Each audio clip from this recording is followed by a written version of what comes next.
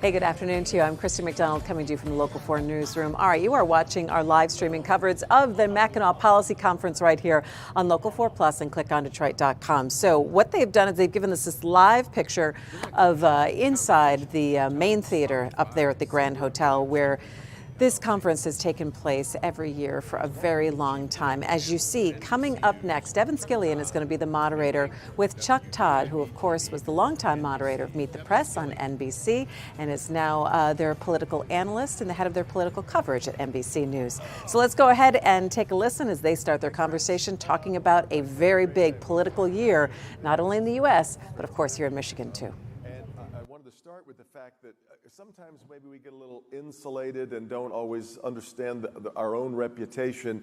This is actually a conference that you have wanted to come to for many years. I've never been able to. And this year you're here. I am here. I'm only disappointed I didn't take a train. I was able to do plane, ferry, horse and buggy, car, right? Now I know why I could never get here before. And I wore a specific pair of shoes. I was told, wear shoes that you can hose off. So I've followed all the rules. You're doing great. Don't eat the fudge, I was told. Yeah. No, I was told you don't know if it's going to be fudge. Especially, well, he told me this because I'm a Packer fan, and, it's really cute. I want it, hold it. I want it for the record. I was not going to bring that up. And he's the one that said, you better not eat any fudge when they find that out. You may have lost him at being a Packers fan, Chuck. Let's just see how this goes. Yeah. As you and I sit down to have this conversation, the jury has received their instructions, and they've gone out in the first criminal trial ever for a former president of the United States. And yet, the subject of these deliberations is clearly one of the two standard bearers running for president. This feels very, obviously it's pioneer territory for all of us, right. Kind of dystopic, but your reflections on where we are today. It's hard to look at this now and think it's going to have that much of an impact. Whatever, if anything, it could have a bigger impact if he's acquitted or if it's hung. I don't know if it has much of an impact if he's convicted. I sort of look at it, and I do think we ought to go back. And when you think about what do you hold Trump accountable for, and what do voters hold him accountable for, and what don't they? And I think we ought to go back to 1997 and 1998 and the Bill Clinton affair, and Republicans totally misreading the country's views of Bill Clinton. And I think what the Republicans didn't realize then is voters, they were making this character attack on Trump, on Clinton, Freudian slip. And it was, and the voters, right, and we would see Clinton's job rating was up here. Sure, his personal rating was, but there was this, the voters gave a distinction between what he did as president and then whether they viewed him as a role model or something like that. But the real issue was voters already dealt with this issue during the 1992 campaign. They saw it as, oh, you're just relitigating the same thing. We already knew who we elected. And on this trial, I think one of the reasons why you're seeing that there might not be a lot of impact with voters is because voters already knew who they were electing in Donald Trump in 2016. The Access Hollywood tape was not kept secret. Right? That was a very well-known fact, and they elected him anyway, right? Just like Bill Clinton, Jennifer Flowers, all those things, and the country elected him anyway, and trying to relitigate the same issue. I remember Bob Dole in '96 going, "Where's the outrage?" Right? Right. A Bob Dole impersonation used to get a laugh. Obviously, I'm too old. And I think that this is where... I'm a Kansan. I never laugh at Bob Dole. There you go. I'm kidding. Well, he wasn't funny till after he was on politics. You're like, where was the funny guy? Right? Where was that? And I sort of think this is why this trial is sort of stuck where it's stuck. It feels like we are literally litigating actions that took place before the first time he was elected president. And I just think this is why the voters themselves, we look backwards in the press all the time. Elected officials look backwards all the time. You know who doesn't? The voters. Well, it's true, but here's what I've learned from Donald Trump. Never have one crisis. One crisis will kill you. Have 50 and nobody can keep up. This was the 2016 campaign. He'd sit here and tweet something at 6 in the morning. A whole bunch of people would get outraged at 6:15. The Morning Joe crew would be deliberating about it and all this. And by 8:30, he's doing something else over here. And he's suddenly, you're absolutely right. I think that's always been his, which is he's willing to start 15 fires because he knows you can't put them all out. The most covered story by the media in the 2016 campaign was Hillary Clinton's emails.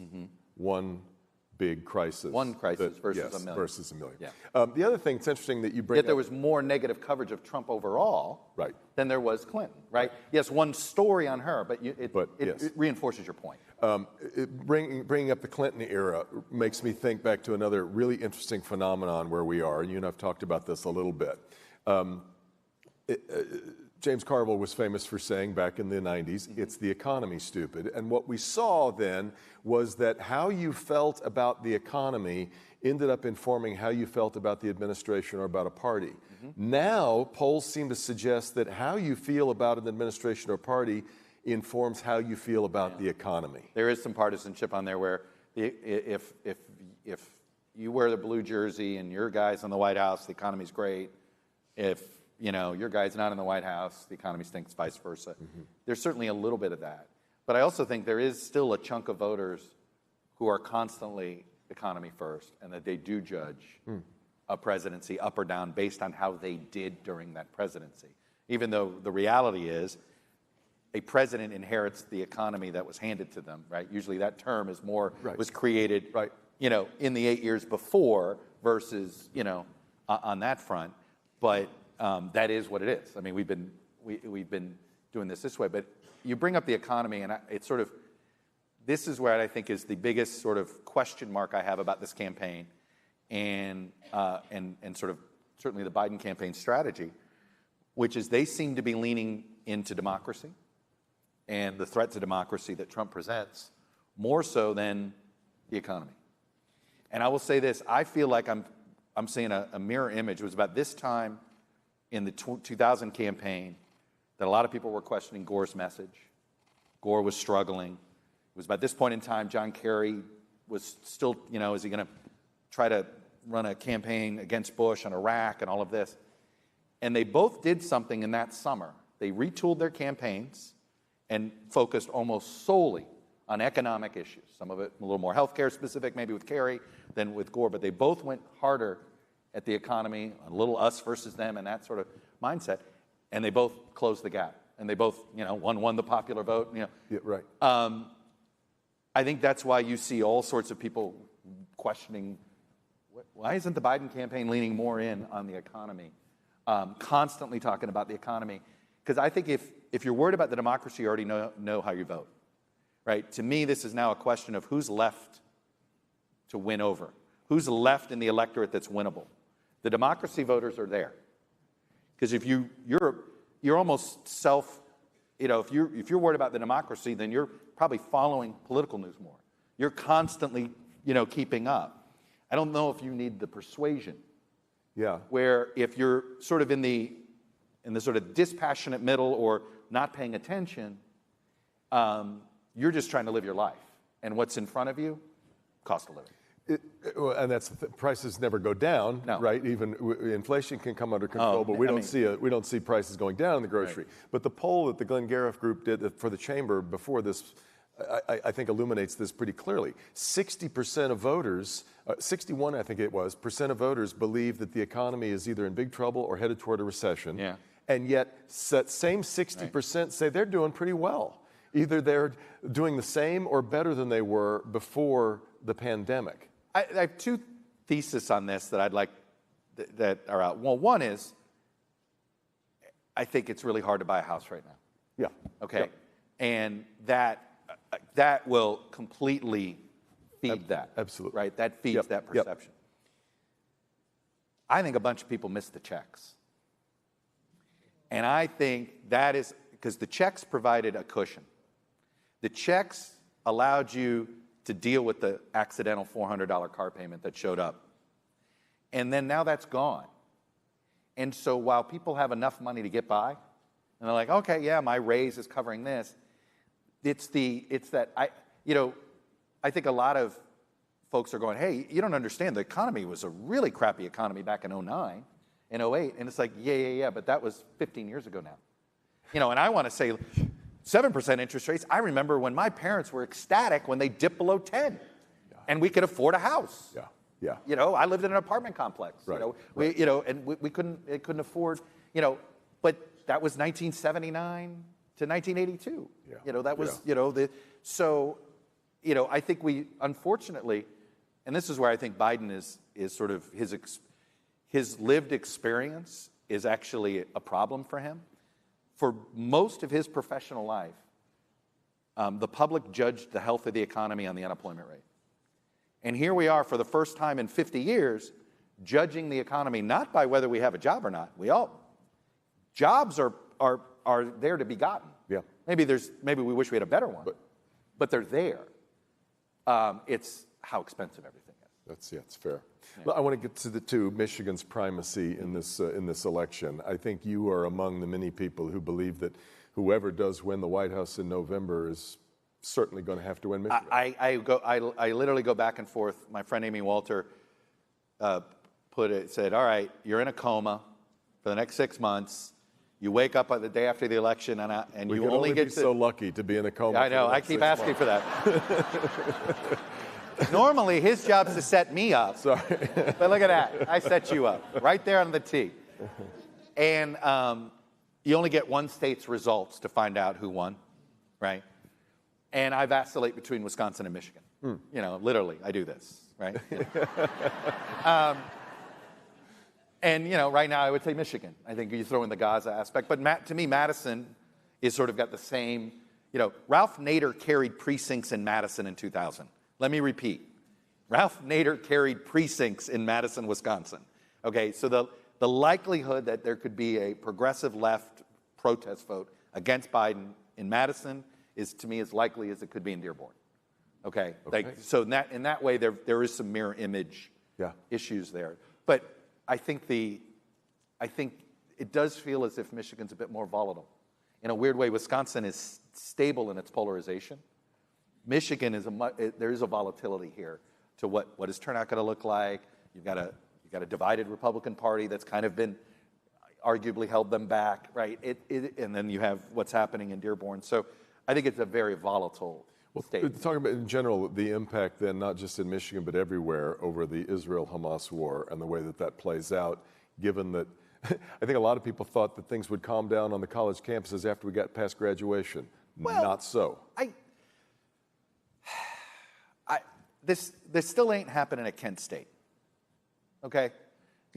This is not happening at the University of Mississippi. This is not happening at the University of Nebraska. This is not happening at South Dakota. I'm not, so it is happening in near, important sort of centers of power. I went to George Washington. It's been 3 blocks from the White House.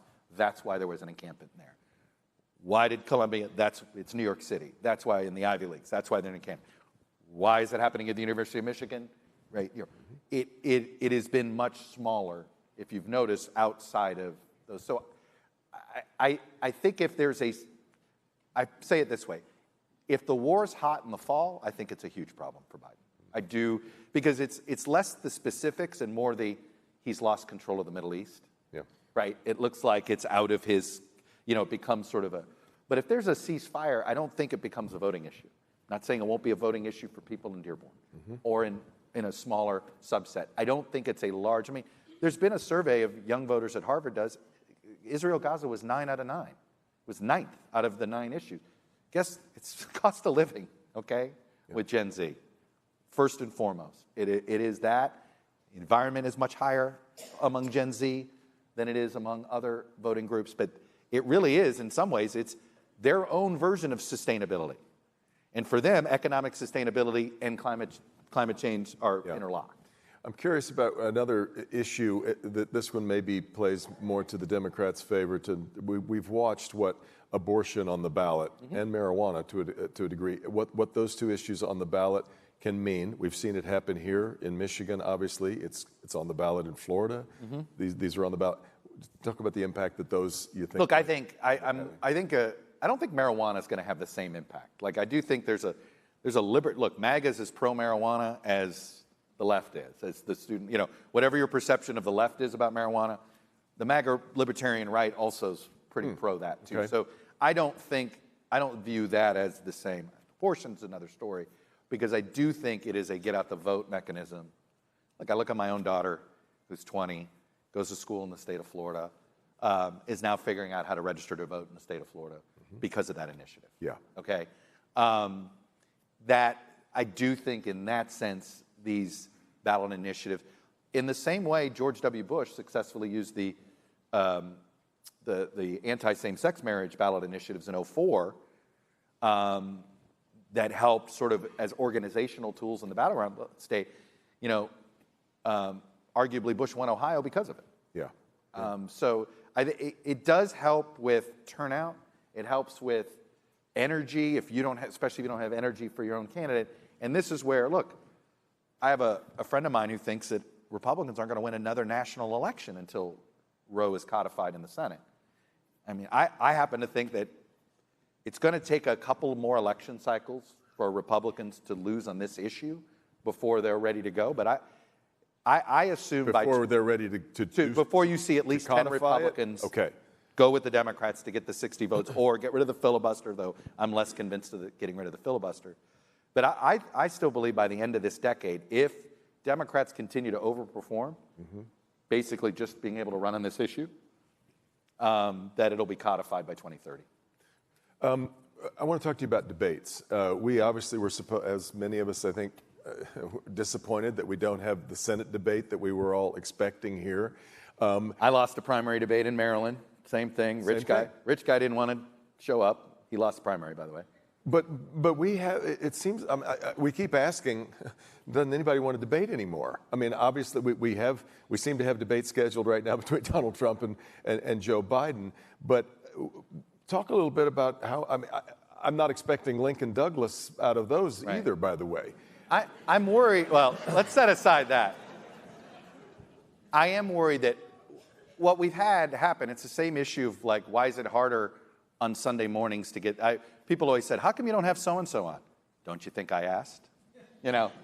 Of course I want them. I always say, when I was at Meet the Press, it was, people would say, oh, it must be so easy to book. And it's like the people that want to come on are the people you don't want. And the people that don't want to come on are the people that you want. Yes, you know this, totally. right? Of course. Yes. As Donald Rumsfeld said, you go to war with the army that you have, not necessarily the army that you want. Well, I kind of laugh. All right. I can do Rumsfeld jokes. No Bob Dole jokes. Rumsfeld jokes are still okay. Pick your dead Republicans carefully, right? To make punchlines about. Please don't quote that. That'll get social media. Jesus. Did you say that again? Yeah. Oh, man. But I believe that but they don't like control. Here's what let me just finish it. I think that because you can now choose your own adventure in the media landscape, what campaign operative wants to put their candidate in a less controlled atmosphere if you can do the same thing in a more controlled atmosphere? So, this is, as we've gotten to this sort of influencer media culture, right, where you have some people who, would rather be an influencer and pick a side, which is, there's all types of journalism, and I always say we need all of it, not just one brand. And I think that it's the candidates, until an incentive structure is created where the voters will punish candidates for not doing these things, I think they're going to be harder and harder, because it's, Republicans want to be able to, basically the only Republicans that want to debate are when they're running in blue states.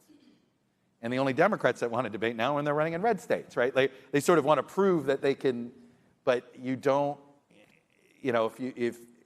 there's everybody's risk averse. Well, I guess which does tell you then, why did Joe Biden ask for a debate in June? Move to that. Right. Well, you don't do we think he wants to debate? Or do we think he needs to debate? Right? And I look at it this way. I think it was I didn't have that on my bingo card, But he needed to do something. He's only been talking to 40% of America, right? You talk, look, whatever we want to say about our business, legacy media, mainstream media, however you want to call it, we talk to about 40% of the country. There's another 60% that either are not tuning in at all to political media, or it's more choose your own adventure. About the only way you can break through is if you have a shared experience, right? There's basically the Super Bowl, maybe the Olympics, and presidential. I buy presidential debate is a way to, everybody's going to tune into this. And the same reason why we all slow down to look at a car wreck. Right? You know, we're all going to be curious. How's this going to go? You know? Absolutely. Yes. Are we going to hear for the first time on national television, two candidates use the F word at each other? I think the chances are higher than you think. Yeah. And I have no idea how America's going to handle that. Yeah. But it is, I do worry on the local level. There's a lot of campaign operatives believe there's nothing to be gained at debates. You can only have them weaponized against you. There's nothing to be gained by sitting down for a 20-minute interview if you're going to get one 5-second clip weaponized against you in social media. So that, I think, is what we're competing against. It's not maybe they don't think you'd be fair or I'd be fair. It's more of like somebody's going to chop it up, and it's going to be... We, of course, in the media of course, we want debates. Yeah. But is the average voter getting much out of the last couple of debates that we've seen? I guess becomes a pretty important question. I don't know. I mean, I do think that I've always approached moderating a debate differently than an interview. Because to me, a debate, it's not... I can't stand when moderators try to ask what I call interview questions. You're just addressing a question to one candidate. Do the viewers a favor. They're trying to assess, you know, which is which here. Right. So I think it's a different... So I do think if people saw a debate that always felt that way a little bit, maybe there'd be more people embracing it. But look, other than presidential debates, you look at these statewide debates and these congressional debates, the only ones that watch them all the way through are the people that already know how they're going to vote. Well, right? And it's the clips that sort of are what gets circulated to the sort of undecided middle. Well, that's another good question, is how many truly undecided American voters for president are there really? Well, and what's your definition of undecided? Undecided between the two candidates or undecided about whether to vote or not? That's what, exactly. And that's where I think things. Yeah, exactly. And that's what. So we're headed toward this election that nobody seems to want. 80 to 85% of Americans wish they had different choices. Wait till choices. they see the debate. Well, yes. I'm not. People are like, well, will this help Trump? Will this help Biden? Will the country look at that and go, really? Right? What was that SNL skit? Really?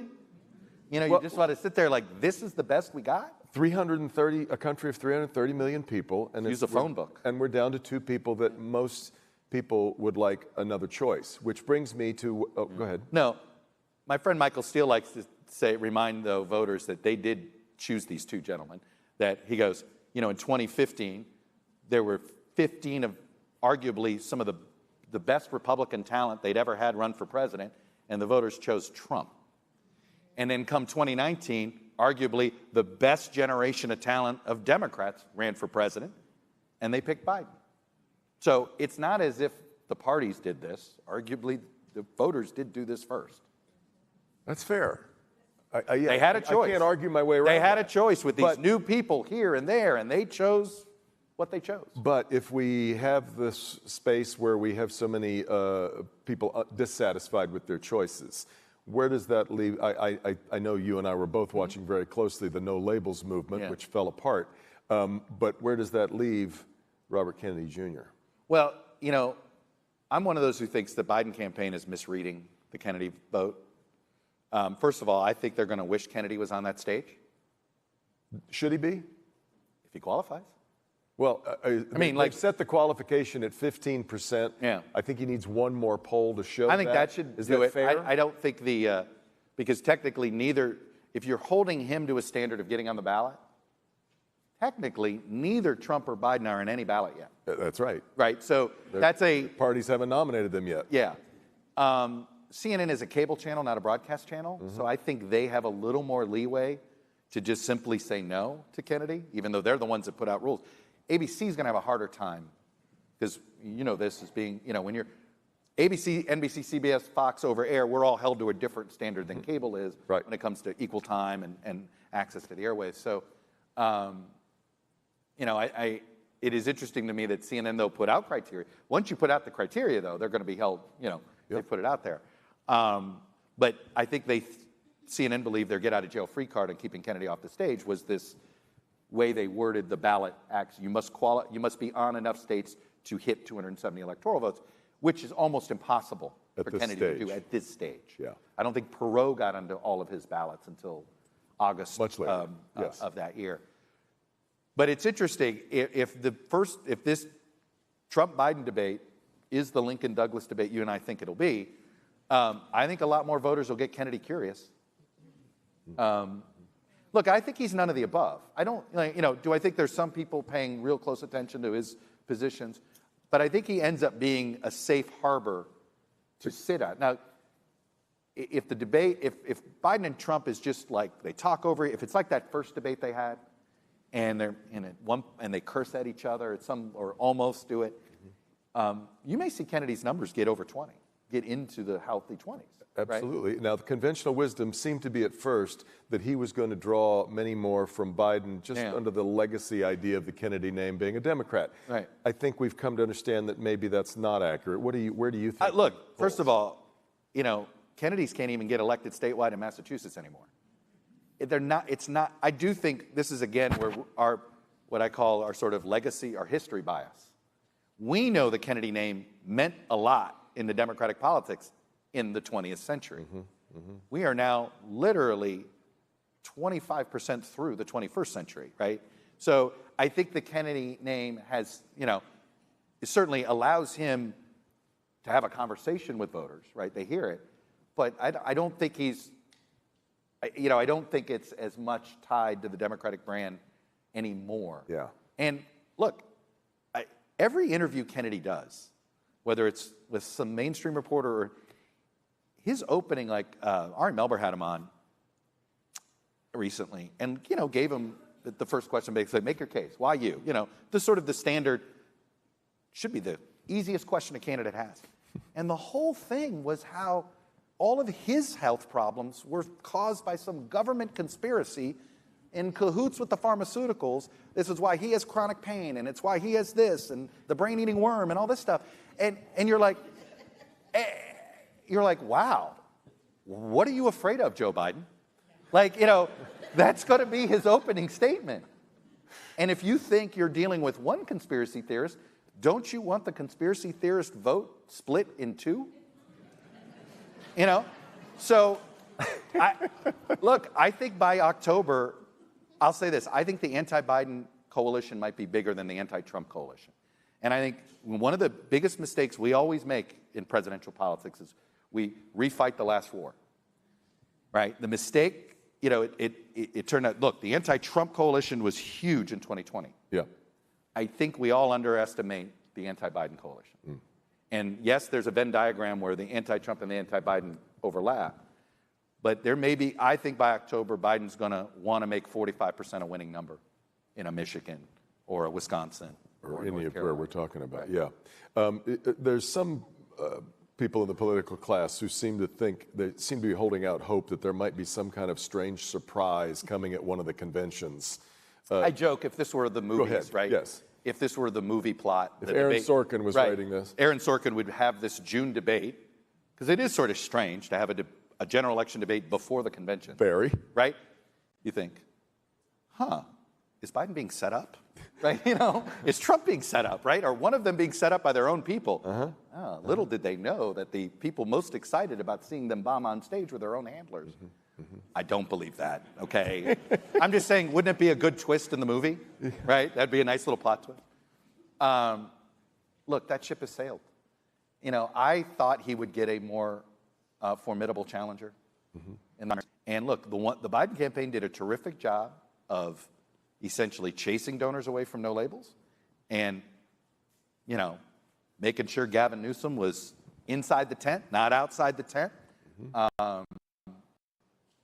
And, they sort of it's funny, for a campaign that feels like they're not quite sure where to be right now, they did really well in the pre-campaign stages of sort of locking things down, making it much harder to challenge him.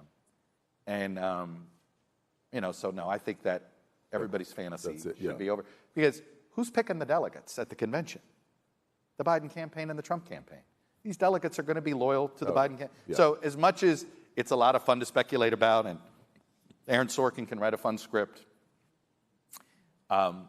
these are the candidates we're going to have. And I think that it tells you how much people wish it weren't the candidates that people keep saying, well, but can't we do this? Can't we do that? And I'm like, it ain't the 1850s and 60s anymore, where that stuff did happen. And you mentioned Gavin Newsom. Can I assume you've heard Gretchen Whitmer's name kicked around a little bit in Washington? Just a tad. Yeah. Just a tad. It is, there are a lot of people who believe that a Whitmer-Warnock ticket would be a stronger ticket for the Democrats right now.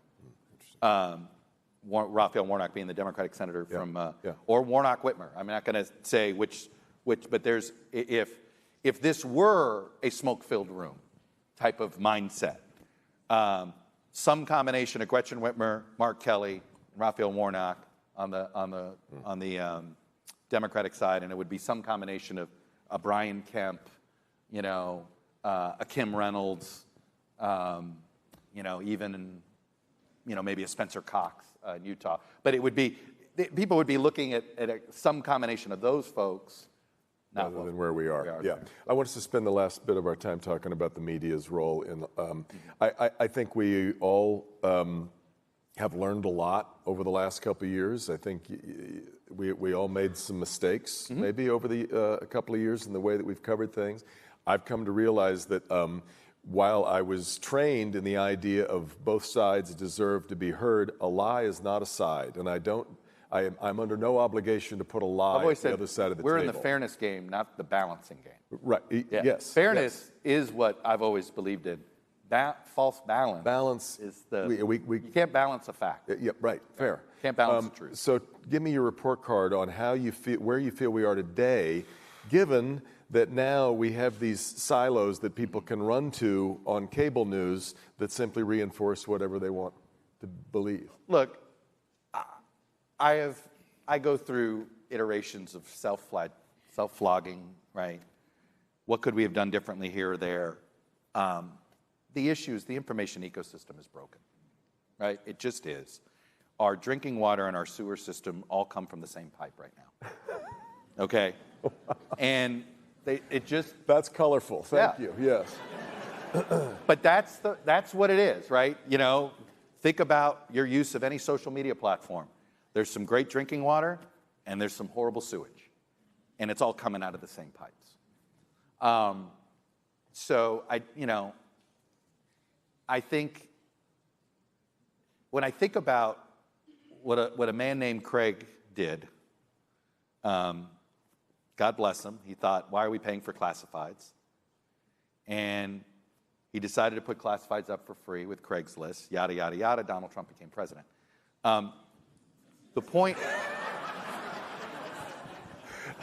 So I'm going to need a flow chart on that. It's one of my favorite. You yada, yada over the best part, right? No. I told you about the BIS. Anyway,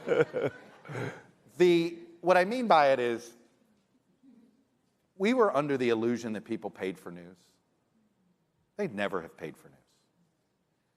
What news was at its height, and the newspaper industry, which also lifted us up, we were one entity. What we were at our height is we were a utility in people's lives. The newspaper at its height was a utility, meaning you signed up. Why did you get a subscription to the paper? Because you also got power to your house and you signed up for the phone, right? The newspaper told you what was happening in the neighborhood. The newspaper told you who was hiring. The newspaper told you what was for sale. And it turned out the classified advertising revenue for lower circulation papers was 70% of their bottom line. And then newspaper publishers made panicked business decisions. As they lost this revenue, they thought, all right, I got to cut. And so they decided to cut based on what got read the most. So the news people got cut first. The sports people got cut last, because it was a traffic game. And so however you want to look at it, I feel like we've lost our North Star on simply, instead of being loved or hated, we're a public service. And you help people live their lives. Mm-hmm. You cover stories that way. You write that way.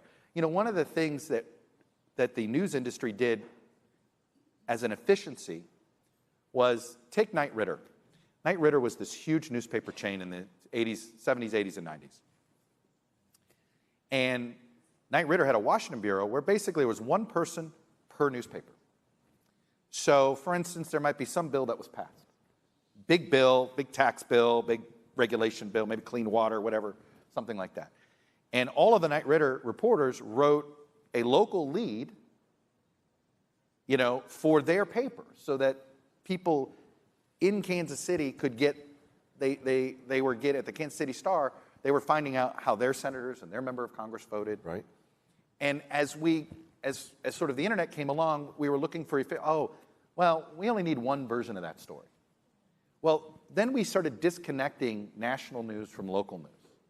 We stopped reporting on the national happenings through the prism of your local representative because we didn't have the luxury to keep all those people employed, right? We were trying to cut, like we in the national news industry cut bureaus, right? In the 80s, NBC had a Denver bureau. NBC, had Detroit bureau, right. Had a Atlanta bureau and a Miami bureau, and we now have the Miami bureau covers the entire Southeast, including Oklahoma, which only the Southeastern Football Conference thinks Oklahoma's in the Southeast. But I learned a long time ago, stop trying to use the football conferences to teach geography. Yeah. And how many international bureaus now compared? Correct. So, I just think that, the irony is that what does everybody trust and miss? Local news. And I think we lost our way nationally. We have detethered from local when we need to figure out how to retether. We're not going to knit the country back together unless we're able to connect what's happening in Washington to people's lives. As it turns out, we're all narcissists, meaning we all believe what's happening around us is the most important thing happening. Okay? We all learned this thanks to, as you said, Facebook, the church to ourselves, right? It all turned out that we all like to talk about ourselves. Well, we should use that to our advantage and write locally about national issues and cover locally. And so, look, I know what I want to work on over the next few years, which is to see if we can build a new model that goes back to sort of this, it's funny, when the TV networks first started, they really were a coalition of local affiliates. Like Tom Brokaw worked for the local LA affiliate and occasionally did national stories. Right. And you actually got the local anchor to front a national story that was based in LA or Atlanta where Brokaw was. Yeah, that's right. And then we somehow said, no, we're not going to use our local affiliates anymore. I remember when I first became political director at NBC, I thought, wow, 250 affiliates. I was at the Hotline. It was just a small trade publication, and I was constantly looking, for more intel on a local political level. This is great. I want to unite all the political reporters from all 240 NBC affiliates, and there were 5 of them, right? I mean, because by that time, this is 2007. By that time, so many stations had gutted there because station groups or whatever. We became, our national news went down rather than our local news coming up. Yeah. And so we've got to. Yeah. I think the public wants us to reorient, and we've got to reorient. We've got to, as I said, we got to treat everybody. We got to be consumer advocates, not political advocates. And I think that if you're going to be an advocate, be a consumer advocate, not a political advocate. You'll build more trust that way. But we are in this place where our kids, for example, expect everything on the internet to be free. They expect information to be free. And you said, you're right, people didn't realize maybe that they were paying for news and information. Nobody's going to pay for news in Gaza. But we have to somebody's got to pay for that's coverage of Gaza. And I hate to be the one to bring this up, right. that's as you're trying to figure out this new model. I mean, people always say to me, I say this all the time, journalism is a business. There's right, no doubt about it. But you've got to grow 10% a year. We can't be held to that standard. I don't want to be living in nonprofit land. Okay, I think that when nonprofit, you lose incentive, you lose sort of a, it's unconscious, but I think you lose an urgency. But we can't be held like publicly traded companies will hold news division. No. You gotta keep growing or cutting, right? Mm-hmm. Growing or cutting, growing or cutting. The news industry can't be expected to do that, because if you do, then what are you going to do? You're going to then allow the people to be your managing editor, right? And the first time we allowed this to happen was the O.J. Simpson trial. I have viewed the O.J. Simpson trial as sort of our initial failure, because the decision to put the trial on TV by an organization called the Cable News Network. So for a year, they decided the single most important thing in the country to devote all this time and effort to was to the O.J. Simpson trial. And it made a bunch of money. Right after the O.J. Simpson trial, two new cable networks started. We only had one cable network during the O.J. Simpson trial. Do you think it's because people thought there wasn't enough news? Or they saw CNN make a ton of money and they thought, oh, there's money to be made over here. And what it did is it told executives, oh, if you make the news watchable, you can make money on the news. And I think it totally warped. We have gone to more narrative journalism since OJ than pre-OJ. And it's really, I tried to explain this to some college students for a class I taught, and you realize if you haven't been there, you can't explain it, right? Like, you just can't. You're like, I swear to you, we used to be better than this. That's it. They don't believe it. All they knew was that somehow Khloe Kardashian might be OJ's daughter. And I went, really? Is it Khloe? Do I have that right? Is it Khloe? Okay, I just want to make sure I have it right. I was like, wow, I didn't know that one. But that's all they seem to know about When I was in journalism school, I was taught that our job as journalists was to go out and find the things that were truly important and then come back and make them interesting. Somewhere along the line, we go out and find things that are interesting and try to make them seem important. That is a screw up. But the other part of this, while it is a business, journalism is the only business mentioned by name in the Constitution. Yeah. It is a really critical part of a functioning democracy. You and I, of course, believe that. Right. But how do you now translate that into the model that you're talking about, where you just sort of want the financial and business pressures of the world to understand that we have to do this because it's important? Well, because the reality is, actually, look at, there hasn't been, the irony is that basically it's benevolent and malevolent billionaires that have started every successful publication we've had over the last, or news organ. Ted Turner was a benevolent billionaire who decided he wanted to be a news chief. Nobody thought that was a good business. Yeah, fair. William Randolph Hearst may have been a malevolent actor in wanting to have a new. The point is, we've always kind of been, do you know the Blair House is named after a newspaper publisher? The guest house of the White House. Yeah. It was called the Blair House because I think it was Andrew Jackson that wanted his personal journalist living across the street. So I think there's, I don't know, that's sort of where. Yeah, we could get deep inside baseball on the media. But what I would say is I am tired of being doom and gloom about our industry. Well, and my mindset is, look, we can lament that radio's no longer relevant. Okay, it's no longer relevant. It isn't. It was a bummer. Vin Scully was great. But it doesn't happen anymore. Let's move forward to how it works today. I mean, look, how is it that we have I turn on ESPN and there's 50 streams of sports that I can watch at any given moment. Mm-hmm. Why is it when I turn on a news channel, there's one? And that's something I think that we don't have the 21st century model yet. Yeah. That sort of takes advantage of what we have. We've never been able to be in more places, in more parts of the world than ever before. Mm-hmm. Mm-hmm. We can bring more stories, and yet we somehow do less. It's funny, I say we got rid of all the international bureaus. Because of this, there are bureaus everywhere. Everywhere. You cannot sit here and say, I can't get somewhere. Yeah. Because you can find somewhere to be, you can put together a network of Uber journalists.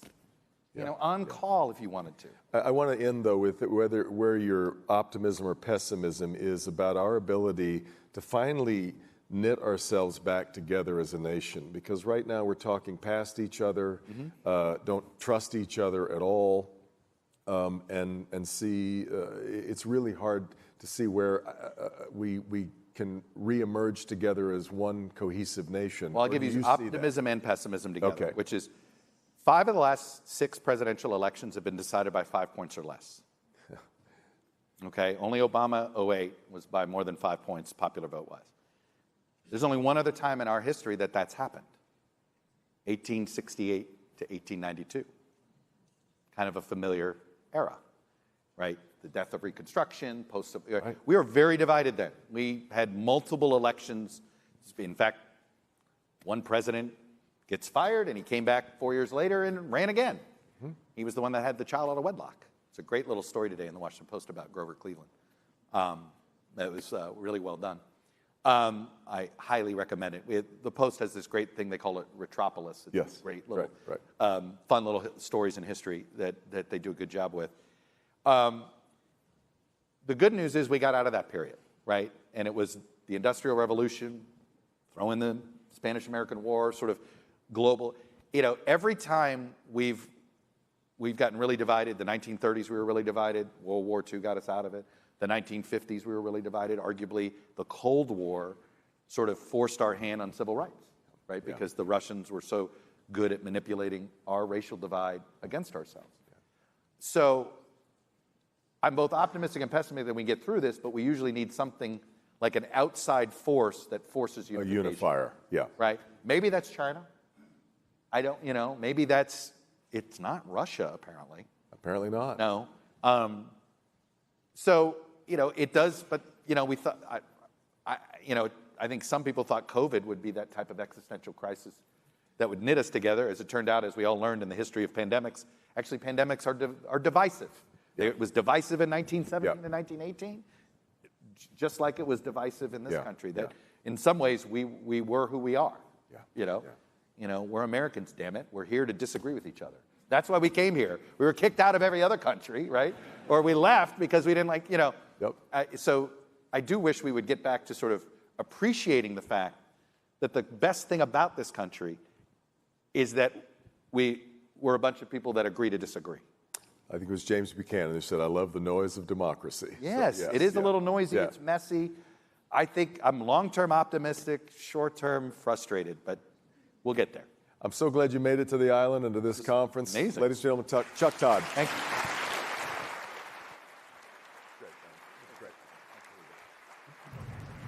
All right, so you've been listening to Devin Scillian as the moderator, of course, there, and Chuck Todd from NBC News talking about politics and the state of journalism today, which ended up being a pretty interesting conversation there.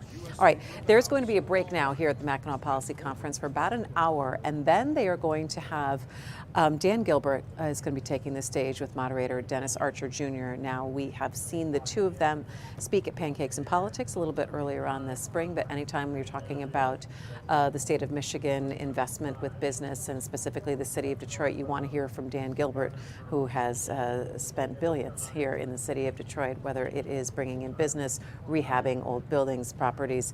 It's going to be an interesting conversation. We'll have that for you. And then a little bit later on, we'll hear from Detroit Mayor Mike Duggan as well. So that's when the Mackinac Policy Conference continues. Stay with us. We'll be right back.